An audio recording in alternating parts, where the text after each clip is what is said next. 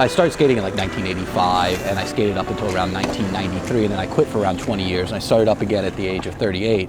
You never stop thinking about skateboarding. Like, I didn't skate for 20 years, and I'm looking at steps and ledges and banks. Like, you know, you're going on a road trip and you're looking out the car and you're like, oh, look at that spot. You know, it stays, it's like gets deep in your brain.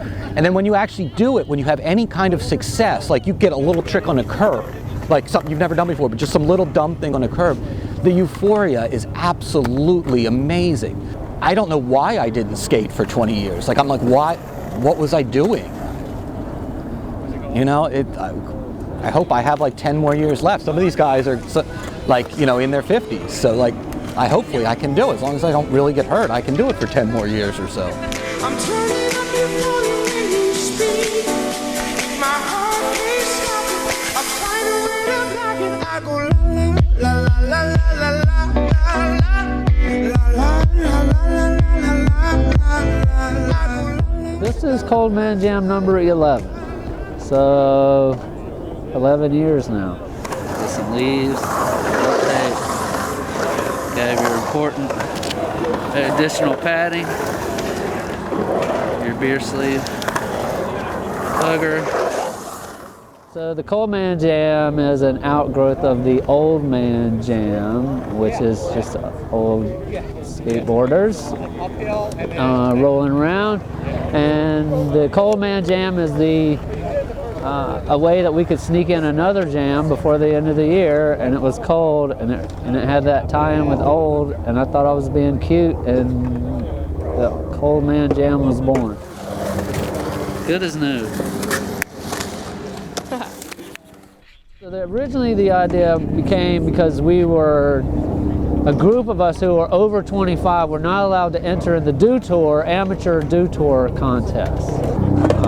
And we took offense to that because I was actually going to enter and try to skate against the kids and protest, and they wouldn't let me, and so we felt that wasn't fair, so we decided to have a non-test, so a non-contest, and we decided to call it a jam, and it was old men, and not because women and young people weren't invited, but just because we only knew about 10 old men at the time. Skateboarding is fun. Skateboarding owes no skater anything. Skateboarding's free, it owes nobody anything.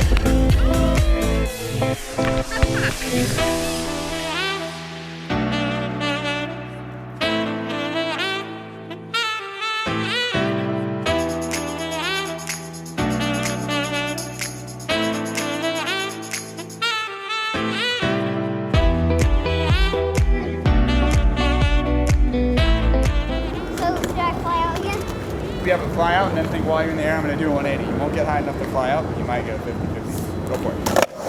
Turn it. There, that's better. Just jump off a little later, and then it's going to look like this. You can still get out of it. You don't have to go back in. Cheer and then be like, oh, I sort of did it, you know? Yeah. To get you that one step closer.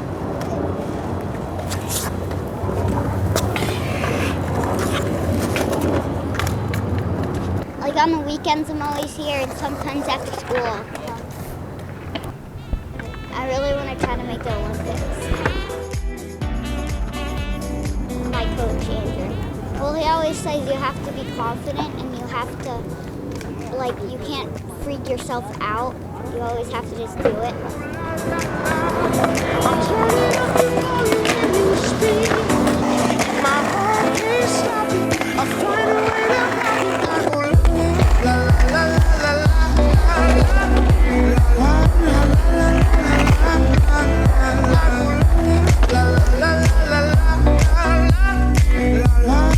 Well, I don't think it should be in the Olympics, personally. I don't particularly think skateboarding's a sport, per se.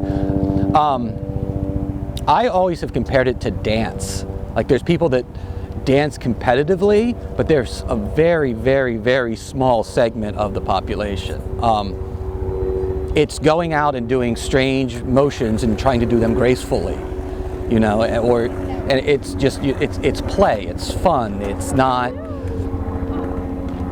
for most people anyway, it's not a competitive sport. When sports like skateboarding go into the Olympics, the Olympics is a very conformed kind of structured event, you know what I mean? Skateboarding is not structured, you know. We've made attempts to make it kind of structured with contests and stuff like that, but realistically, like, it's born out of like rebellion, you know what I mean? Skateboarders are rebellious people. We don't like following social norms or rules, basically, you know what I mean?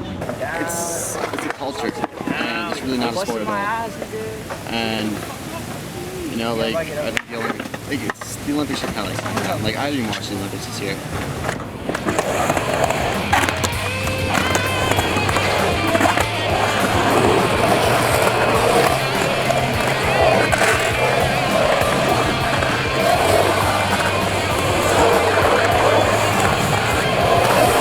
The first priority is it needs to be an NCAA sanctioned sport to be eligible for a club sport within the athletic department. So it's either an NCAA sanctioned sport or an Olympic sport.